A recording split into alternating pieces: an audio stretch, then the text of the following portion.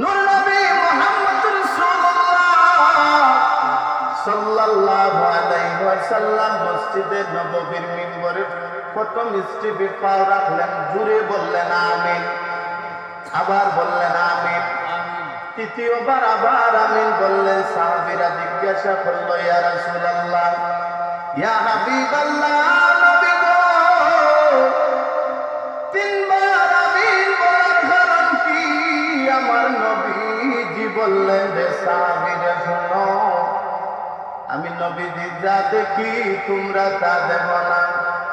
এই মুহূর্তে জিবরাইল আমিন আইয়া আমারে তিনটা প্রশ্ন করছেন, আর আমি নবীজি তিনবার আমিন কইছি।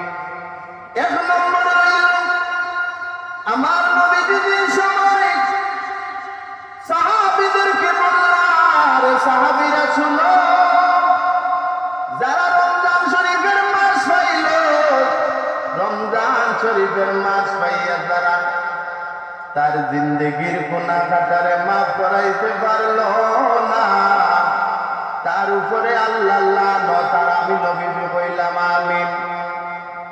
একটা কারণ গেল। দুই নম্বরে কারণ হইল, আমার নবীজি বললেন, জিবরাইল আমিন আইয়া আমারে জানাই গেছেন, ইয়া রাসূলুল্লাহ, দুনিয়ার জমিনও যার মা বাপ জীবিত আছে, তার মা বাপের খেদমত করিয়া যদি তার জিন্দেগির গুনাহ খাতারে মাফ করাইতে পারল না, তার উপর আল্লাহ লানত। আর আমি নবী কইলাম আমিন। তিন নম্বর হইল, আল্লাহ নবী কইলেন, জিবরাইল আমিন আমার এই জিনিসও জানাই দেয়া গেছে, দুনিয়ার জমিন আমি রাসূলের নাম শোনার পরে যে আমার উপরে দরুদ পড়ে না, তার উপর আল্লাহ লানত। আর আমি নবীজি বললাম আমিন। তাইলে এই তিনবার আমিন বলার মাঝে মা বাপের কথা আছে। ও যুবক, কেমন শক্তিশালী তুমি আজকে হয়ে গেলে। কিছু যুবক বলাছে রে, আজকে শরীরের শক্তির জোরে মা বাপ যেই সময় বৃদ্ধ অবস্থায় পরিণত হয়ে যায়, এই সময় কিছু ডাকাই সকল আছে, মারে ডাকে বুড়ি, বাবারে ডাকে বুড়া, আছে না এইরকম কিছু ডাকাই। ও যুবক, তোমার বিবেকে একবার চিন্তা করিয়া দেখিও, তারা যে বুড়ি হইছে, বুড়া হইছে, এমনি হয়ে গেছে। তুমি সন্তানরে ফালতে গিয়া, মানুষ করতে করতে গিয়া, চিন্তা করতে করতে তারা আজকে বৃদ্ধ বয়স উপনীত হয়ে গেছে। আজকে তুমি কেমন করে এই মারে ডাকে বুড়ি, বাবারে ডাকে বুড়া? তুমি সন্তানে যেই সময় বাক্যটা বলো, তোমার মার মনে ফুর্তি লাগে না, বড় কষ্ট লাগে, কষ্ট লাগে। এই জন্য অনুরোধ করে বইরাম, পালারি দার রাব্বি ফির দার ওয়ালিদাইন। নবীজি বলেন, যার প্রতি মা বাপ সন্তুষ্ট, আমার আল্লাহ তার প্রতি সন্তুষ্ট। বলেন সুবহানাল্লাহ।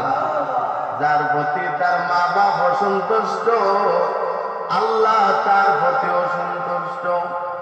এই জন্য কিছু নওজোয়ান যুবক বলেছে, বাহিরের সমাজের অবস্থা কত সুন্দর কথা বলে, মানুষের সাথে কথা বলে, এই সময় তার মুখের মাঝে বড় সুন্দর হাসি থাকে। এই যুগের মাঝে কিছু ডাকাই দখল আছে রে, কিন্তু গড় আইলে বোঝা যায় তারার মুখের মাঝে, চেহারার মাঝে যেন আল্লাহর গজব পড়ে গেছে। আছে না এইরকম? বাইরে বন্ধু বান্ধবের সাথে কত সুন্দর কথা হয়, কিন্তু গড় আইলে মায় যদি মায়া করে ডাক দেয়া হয়, ভূত পুত্রে, পুতের তো সারা শব্দ নাই। যদি আবার ডাক দেয়, কি হয়েছে তোমার? বড় আইয়া শান্তি পাই না, খালি ডাকা ডাকি, ডাকা ডাকি। আছে না এইরকম? আমার মাত তো আপনারা বুঝই, কারণ আপনারা, আমরা তো এক জায়গার মানুষ। আপনারা আমার জন্য প্রত্যেকটা রাত আমার এইভাবে এই পবিত্র জায়গার মধ্যে বসান। আপনারা খুশি হবেন, এবারও আল্লাহ আমার দিকে এই পর্যন্ত 69টা প্রোগ্রাম আমার এসেছে। আপনারা আমার জন্য দোয়া করবেন।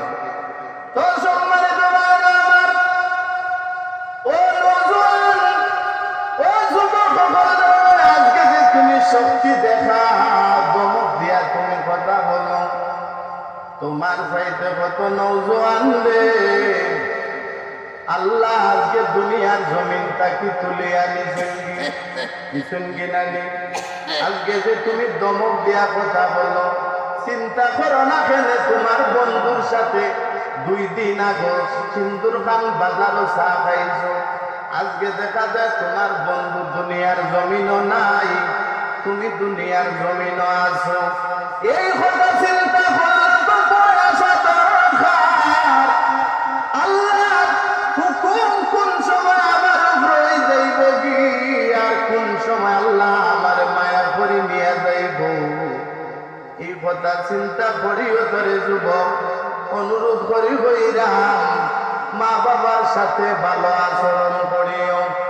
2 নম্বরে এই সময় আমি বললে, এই যে কথাটা বললাম, বাহিরে গেলে খুব সুন্দর চেহারা, বড় আসলে চেহারা মলিন হয়ে যায়।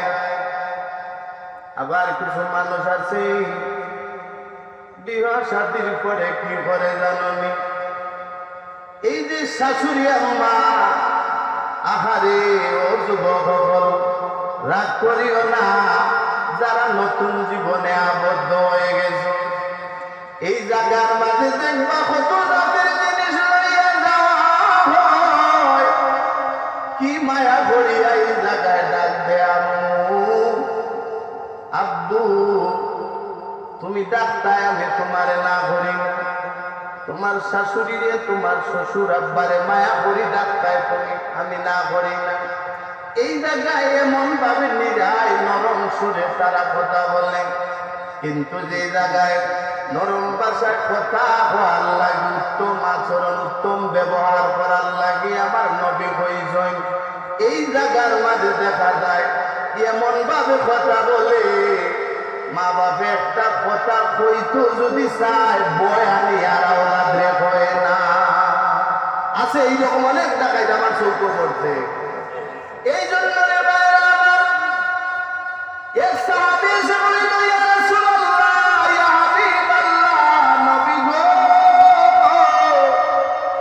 আইয়ু আফদালু আমাল, সবচাইতে সেরা আমল কোনটা, সবচাইতে উত্তম আমল কোনটা? আমার নবীজি বললাম, তাইলে শুনো রে, সবচাইতে উত্তম আমল আমার নবীজি বললা, সালাতু বিওয়াক্তিহা, সময় মতো নামাজ পড়া। 2 নম্বর হইল বিরুল ওয়ালিদাইন, মাতা পিতার খেদমত করা। ও যুবক শুনো, এই জায়গার মাঝে আমার নবী কই দিতেছেন বিরুল ওয়ালিদাইন, মা বাপের খেদমত করা।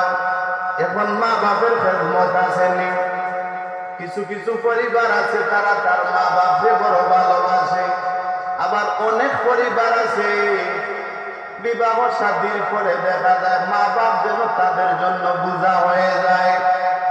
3 নম্বর আল জিহাদু ফি সাবিলিল্লাহ, আল্লাহ রাস্তায় জিহাদ করা।